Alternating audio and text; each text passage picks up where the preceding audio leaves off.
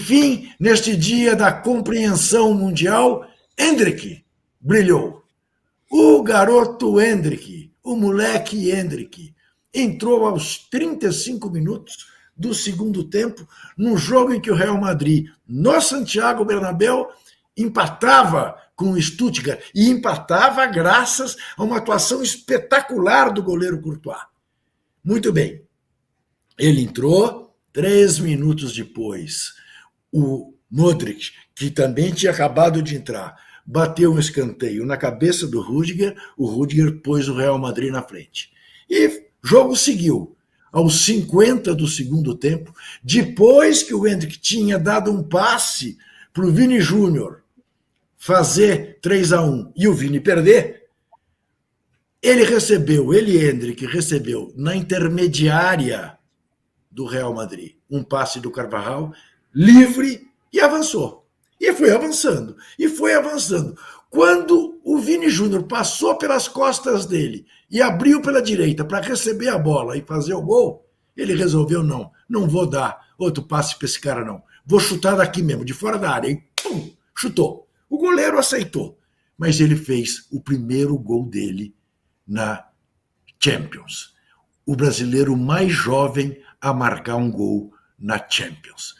Esse menino nasceu virado para a lua. Esse menino estreou na seleção brasileira contra a Inglaterra em Wembley e fez gol. Esse menino estreou no Real Madrid, fez gol. Esse menino estreou na Liga dos Campeões da Europa, fez gol. Ora, que mais quer? Hendrick, vamos curtir muito esse cara, não tenho dúvida. Ele e o Esteban.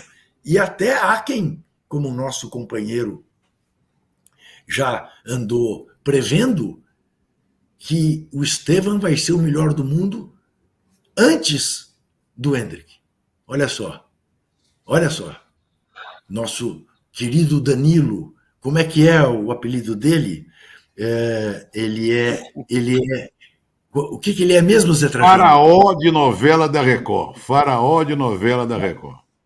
Olha só. Danilo Lavieri, o faraó de novela da Record, segundo um assinante do UOL. Muito bem, vamos falar de logo mais o jogo das 9h30 da noite entre Fortaleza e Corinthians no Castelão pelas quartas de final da Copa Sul-Americana. Falar da semana dos brasileiros na Libertadores e na Sul-Americana. Vamos falar de Bayern 9. Isso, Dinamo de Zagreb 2. Estava 3-0 para o Bayern, 3-0 no primeiro tempo. Em 5 minutos do segundo, o Dinamo fez 2 gols, 3-2.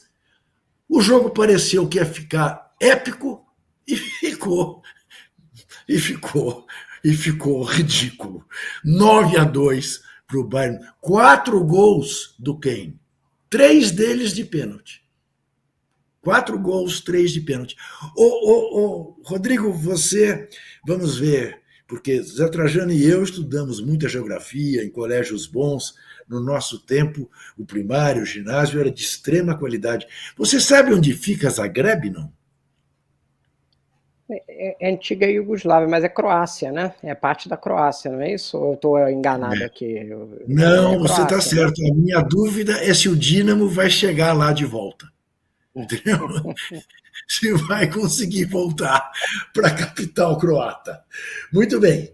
E uma outra questão que nós vamos discutir aqui hoje é se o Botafogo vai resistir ao Palmeiras na sua cola. Claro que tem também o Fortaleza, tem o Flamengo, mas quem está disposto a repetir o ano passado é o Palmeiras. Isto tudo será tema da nossa conversa, como é tema da nossa conversa uma pesquisa, uma enquete absolutamente fácil de você responder. O Flamengo está fora da luta pelo Brasileirão? Sim ou não? O empate contra o Vasco, nas circunstâncias em que se deu o gol do Felipe Coutinho, tirou de vez o Flamengo chance de ser campeão? Eu acho que não, já antecipo. Porque ele tem um jogo a menos, se ele fizer esses 3 pontos, ele fica ali. Acho que ele não está morto, mas há quem ache que sim. queremos a sua opinião. E começo ouvindo a de Zé Trajano. Flamengo está fora do Brasileirão? Tem que pensar só nas Copas, Zé? Olá, boa noite a todos e todas.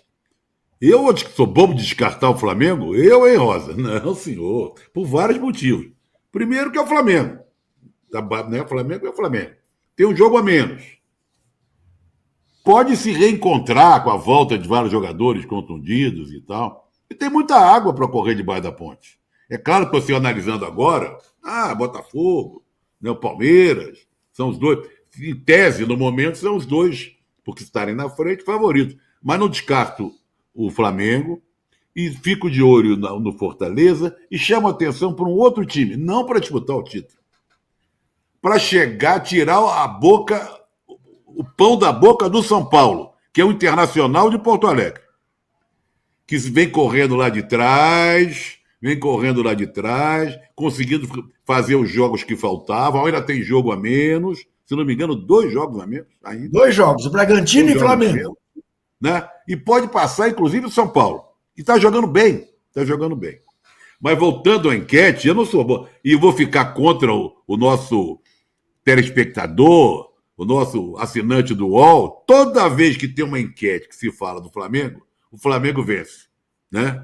Então, para agradar a maioria, respeitando o Flamengo. Aliás, vamos falar hoje, e o Marrinha que vai falar dele, dos maiores ídolos da história do Flamengo. Os maiores ídolos da história do Flamengo. Dida, ídolo do Zico, né? Foi artilheiro do Maracanã antes do Zico, e quem não viu perdeu a chance. E Dida que foi campeão do mundo em 58, jogando no lugar do Pelé.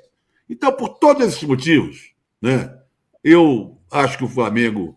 A pergunta é exatamente qual é? Você descarta o Flamengo? Como é que é, Juca? O Flamengo tem chance? O Flamengo está fora da luta. Não tá. E você, Marrinha, boa noite. O que diria? Está fora o nosso Mengão? Boa noite, Juca. Boa noite, Trajano. Boa noite para quem está vendo. Ó, vou falar com o Danilo que se no carnaval ele não aparecer de faraó do Egito da Record, vocês podem tirar ele do posse de bola no próximo posse de bola sequência do carnaval, digamos assim, né? A fantasia dele já tá armada, digamos assim. Olha, Juca, eu não acho que está descartado, não. O Flamengo jogou 2 bons jogos recentes, né? Apesar de não ter ganho do Vasco, fez um jogo que não ganhou, porque futebol é assim, não é basquete, né? Se não tinha ganho de 20 pontos, né? Aquela coisa que às vezes a gente fala, né? Porque o futebol tem uns erros decisivos, um lance decisivo ali, é um jogo de baixa pontuação, portanto pode ter esses imprevistos, é por isso até que a gente gosta dele, né? Às vezes pode ser a seu favor, às vezes pode ser contra, né? Então, mas não descarto porque tá jogando bem.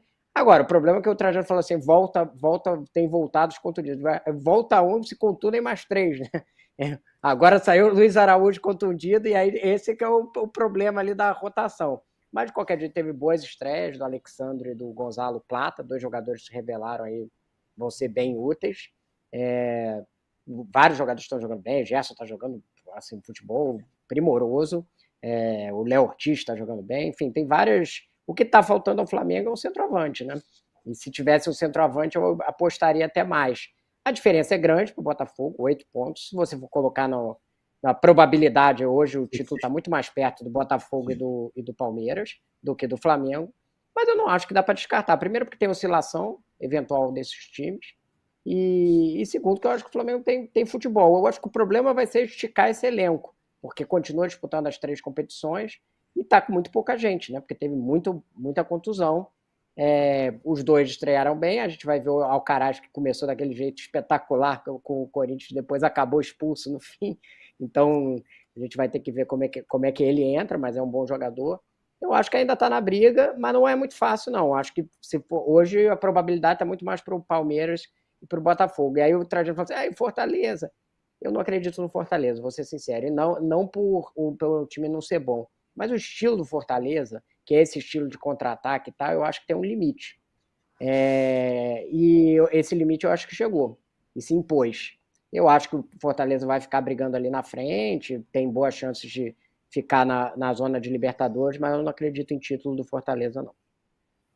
É bom lembrar o seguinte, o jogo que falta ao Flamengo é exatamente contra o Inter e no Beira-Rio. No Beira-Rio. No Beira-Rio. ao E deve, Inter... ah, ao e, de- Inter e deve ser numa data FIFA. Ou seja, com o Flamengo isso, sem os jogadores que isso, estejam na seleção. Então, tem exatamente, essa questão aí, Costa. exatamente. E E o o Inter Inter... também, né? Porque o Inter é cheio de jogador da seleção também. Tem o Ener Valencia, tem o goleiro É, do Uruguai, enfim, os dois vão jogar isso, desfalcados, Tem mas o é o Borré lá, o grande. atacante, que faz Exatamente, tudo, é. né? Enfim, isso. essa coisa O do futebol Inter, brasileiro aí. ao Inter faltam Bragantino em Bragança e Flamengo no Beira-Rio, que se ele fizer os 6 pontos, o coloca com o mesmo número de pontos do São Paulo, e aí começa a brigar pelo 5º lugar, pelo 4º lugar. Muito bem. Hoje à noite, 9h30, tem Fortaleza e Corinthians.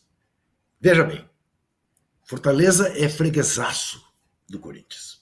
Em 35 jogos, o Corinthians ganhou 19, perdeu só 7.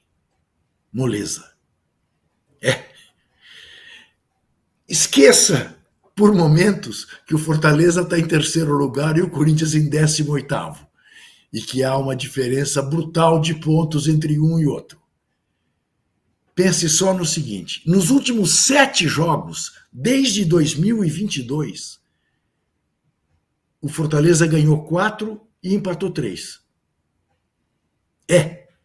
O Fortaleza está a 7 jogos sem perder do Corinthians, com 4 vitórias e 3 empates. Em Itaquera, esses empates. O jogo hoje é no Castelão. Dizer que o Fortaleza é freguês do Corinthians é o caso de dizer com o verbo no passado. Era freguês. Atualmente a freguesia mudou. E vamos ter um encontro de 2 argentinos. Do Vojvoda com o Ramon Dias. Ramon Dias, que foi objeto de torcida de Vojvoda quando o Vojvoda tinha 7 anos de idade, na Copa do Mundo de 82 na Argentina, na Espanha. O Ramon, centroavante da Argentina, fez o gol contra a seleção brasileira na vitória do Brasil por 3-1. Tomou um Mas baile, né? tomou um baile, era para ter tomado demais. 3-1 foi mentira, era para ter sido 5-1. Foi talvez a melhor atuação do Brasil. Mas o Vojvoda deve olhar para o Ramon Dias assim com uma certa reverência.